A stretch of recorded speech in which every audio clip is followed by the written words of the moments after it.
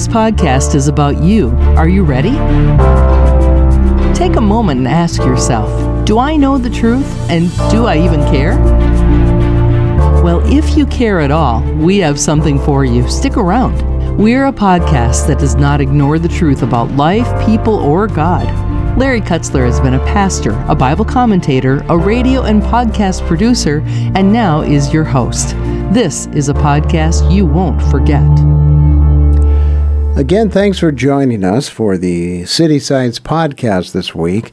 And today, one of my guests, which I have quite frequently as a guest, Dr. Jay Christianson. He's going to share with us some conversation that we had recently on the theme of idols. Idols are everywhere, as we know, and some of them have crept into the church, and idols can be everything from ministry to good practices to who knows what, but anything that takes away from the Lord obviously is an idol.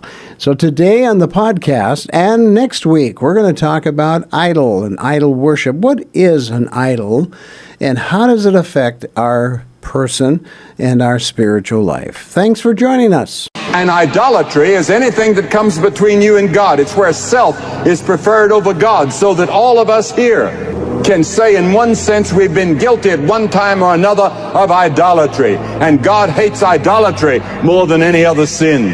And under the law of Moses, a man could be stoned to death for engaging in idolatry. Covetousness, the Bible says, is idolatry. If you covet, if you have greed, and it becomes a sin in your life, it can become idolatry. And when the Apostle Paul was walking around in Athens in his day, he looked at a city, the Bible says, given wholly to idolatry. And Paul warned the Corinthian Greeks, flee from idolatry in 1 Corinthians 10. We are bringing a bold statement about Christ. He's our only hope to face the darkness in our day. Thanks for joining us. Dr. Jay Christianson, I am so happy because today we're going to talk about one of my favorite themes, and I suppose you're wondering why is it one of my favorite themes, right? Are you talking food?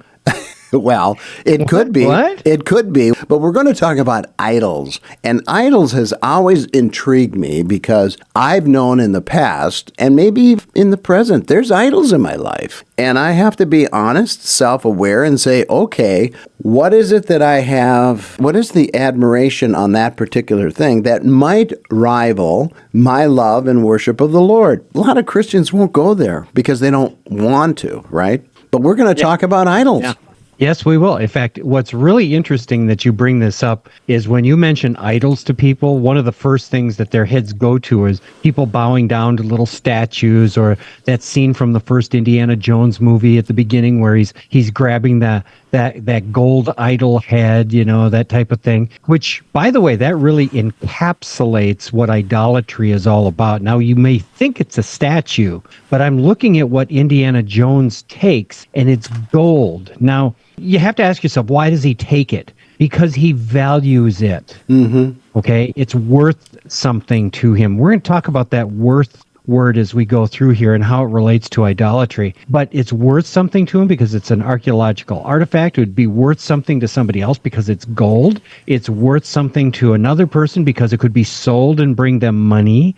And so now we're starting to get to the heart of idolatry. And the thing I want to say is this: idolatry starts with an I. I love that. Well, so in other words, when we start talking idolatry, it's not about that idol, it's about idolatry.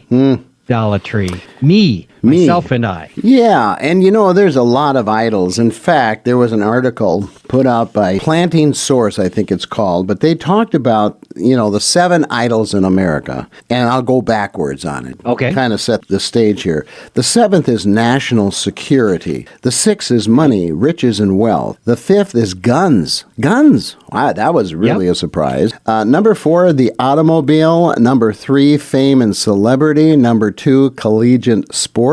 And guess what, Dr. J, what the number 1 idol in America is, according to this source? Food?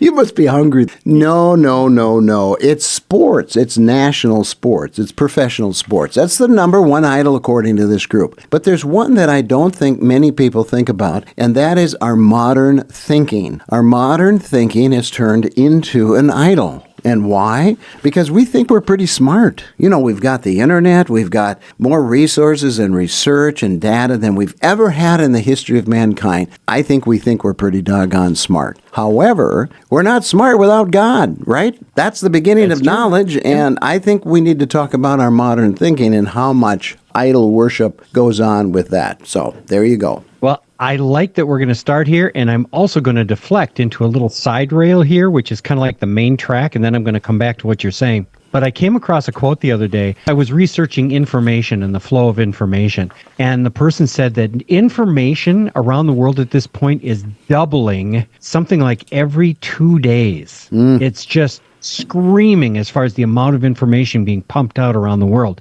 And he said, with all that information, we're not very smart. There's a difference between what you know and what you do with what you know. So I look at that and I'm going, yeah, the problem is information can be an idol and a very worthless one. Mm-hmm. Because, okay, so you have information. What are you going to do with it? You know, people have all sorts of information about Jesus, but if you don't do the right thing with that information, that is to surrender yourself to the Lord and pledge allegiance to his kingdom, be born again, as they would say, you know, it's not going to do you any good. You're going to go to hell with a head full of knowledge. So to be smart is to accept Jesus. To be dumb with a lot of information is to ignore that. So let's start with that part. I love the way you put things. But you know, in Daniel, it talks about in the last days, travel will increase and so will knowledge. We're in an era of knowledge today, and that has become an idol. And we're going to talk all about idols. And so why don't we begin by talking about the very basis for idols? I'm going to start with the common understanding. Now, God said, you shall have no other gods besides me. Now, this is Exodus 24-6, okay?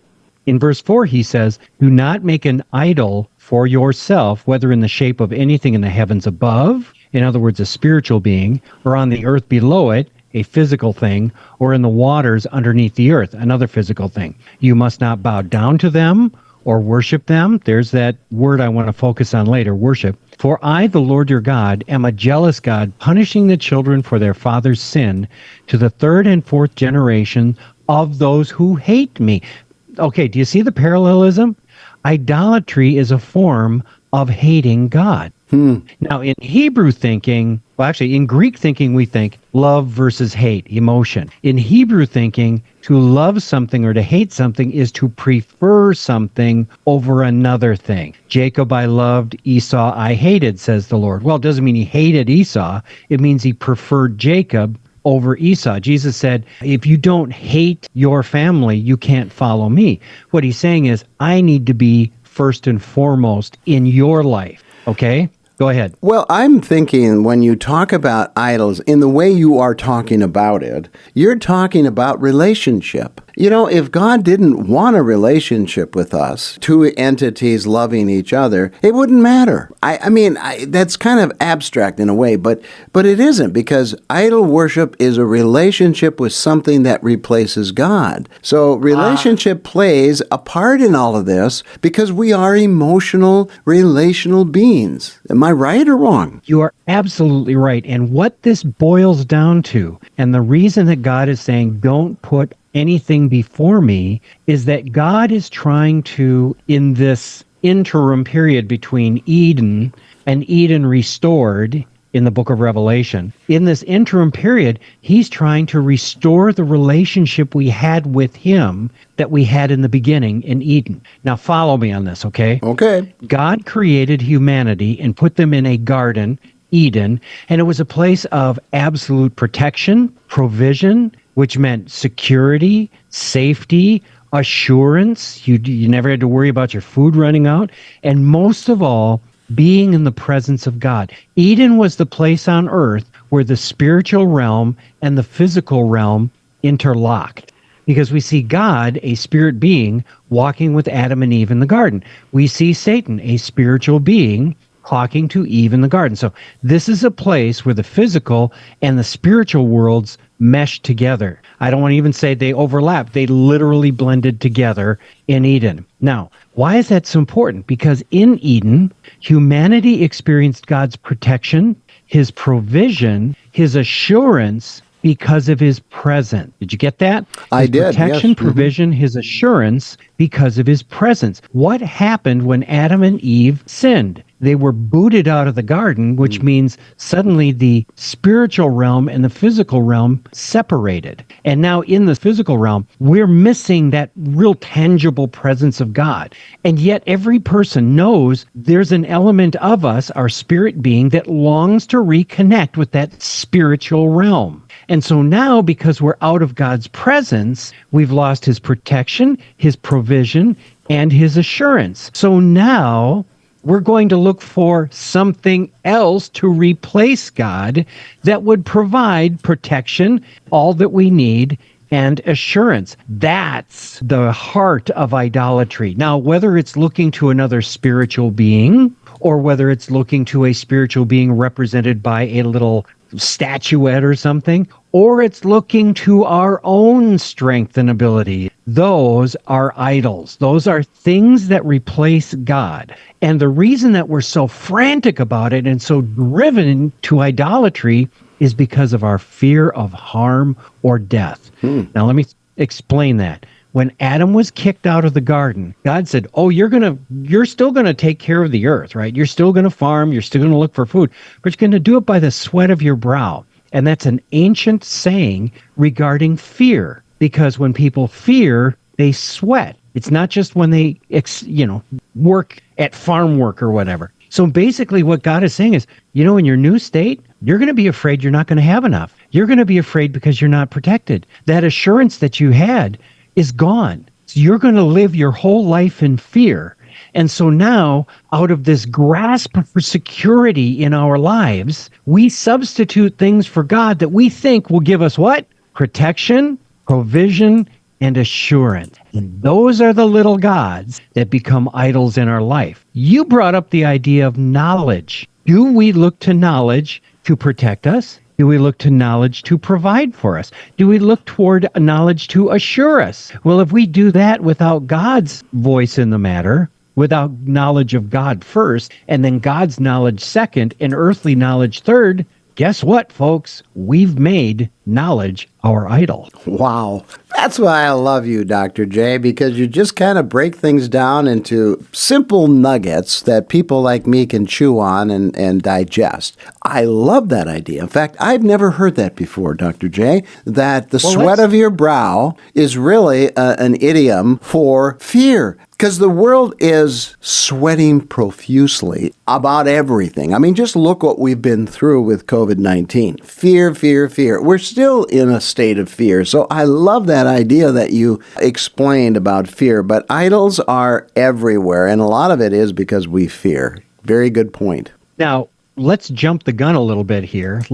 I like what you said when you brought up COVID. When we were facing the COVID pandemic, we were facing an unknown, number one, and number two, because it was unknown, we didn't know how infectious it was. We didn't know how deadly it was or harmful it was. Now, in retrospect, as it was happening, I was serving as a pastor at the time while I was doing the Truth Barista podcast. And as a pastor during late 2019 and 2020, I was watching COVID going, COVID looks like a flu to me. And then I would look at people who had gone through it without being hospitalized going, man, that can be a really serious flu. Over time, the various strains started to lessen and lessen in intensity because that's what happens when viruses morph over time. And pretty soon, COVID just, to me, looks like mostly a cold. However, because of the unknown, there were certain bad actors around the world, primarily governments and certain corporations, that stoked the fear, okay? So we demanded protection, we demanded provision,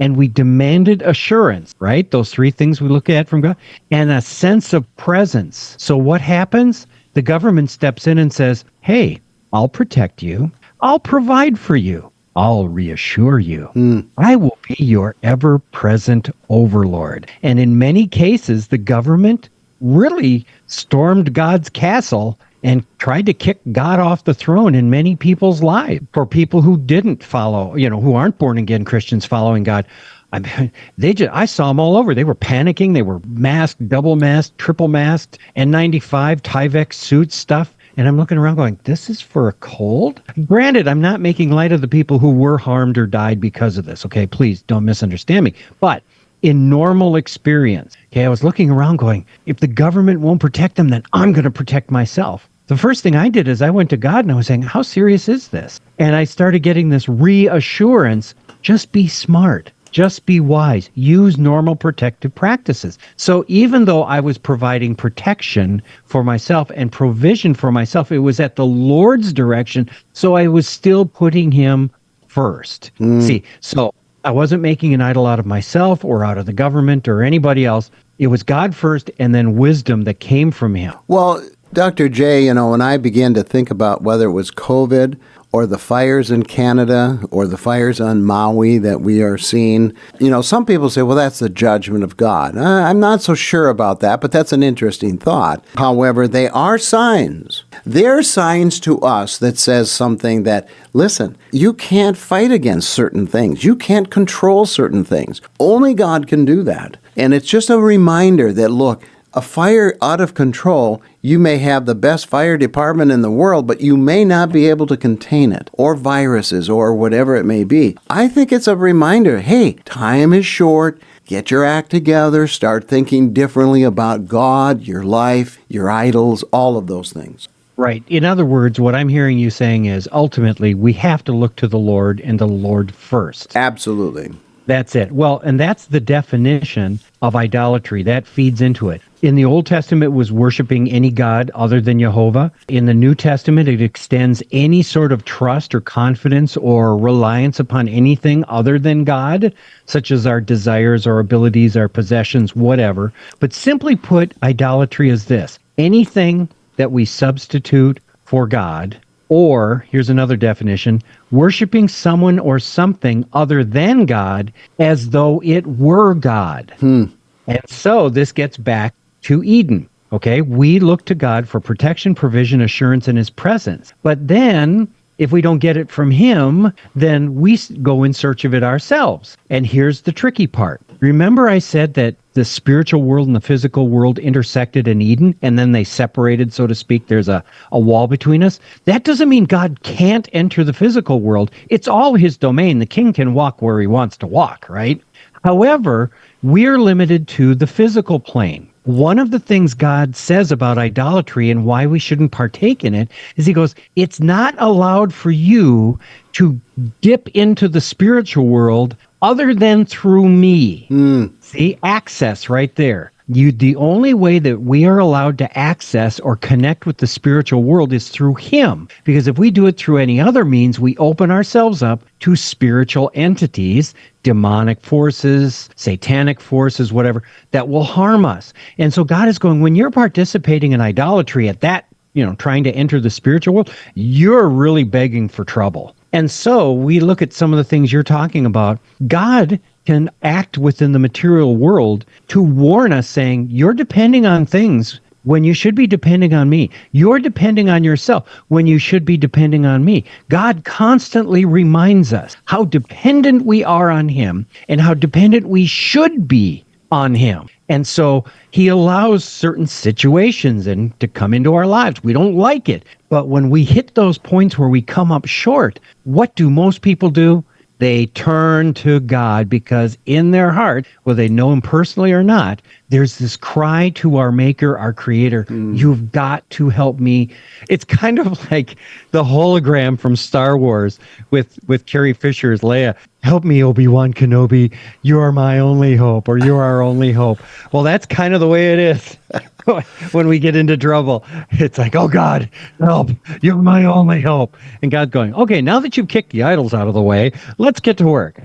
You have taught me over the years as we've been doing podcasts and radio broadcasts and so forth, that the number one issue with ancient Israel, amongst many things, but the number one I think you have taught me is idols or idol worship. Their abandonment of God who cared for them, delivered them, gave them laws and all the other things that go along with developing a spiritual life in relationship with God. They abandoned it for other things in the world, the idols of the nations around them. And we should learn from that because it didn't bode well for Israel, right? It just didn't. That's putting it mildly.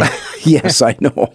Multitudes died Yes. because of idolatry, because of in the wilderness when they turned away from God. What happened? You turn away from the source of life, you die. And sometimes that comes as judgment at God's hand. Other time you turn away from the source of life, then what happens to you? You've brought upon yourself. In Israel, ancient Israel, when they turned away from the Lord, God used another nation, by the way, a highly idolatrous nation, Babylon, to come in and not only spank his people through warfare. I mean, there was intense famine, destruction, and disease when it happens. But then Babylon took the remaining Judahites, which became the Jewish people, the Judahites from Israel, and brought them over to Babylon. And here they were, a people being punished for idolatry by being in a place of the most idolatry. In other words, God was saying, oh, you want idols? Oh, I'll give you idols. I'll cram them down your throat. And Wow.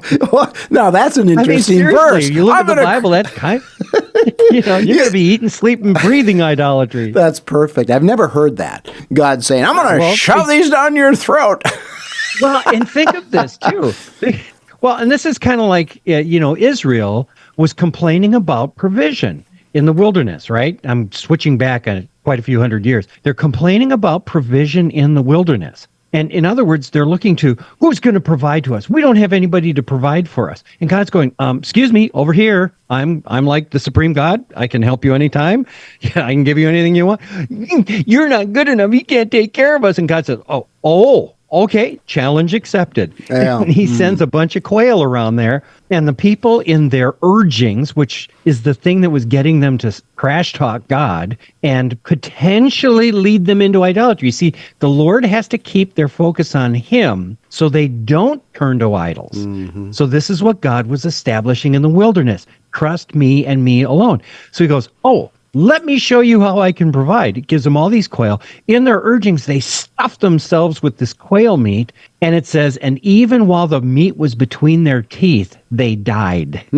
See, when we go after idols, we allow idols to give us more than we need or even want, to the point where we'll choke on it, and it can ultimately kill us. If we look to God, he gives us exactly what we need at the right time, in a way that's best for us. So going back to Babylon, this is what God was doing to the Jews as punishment. You want idols? I'll give you idols till you're sick of them.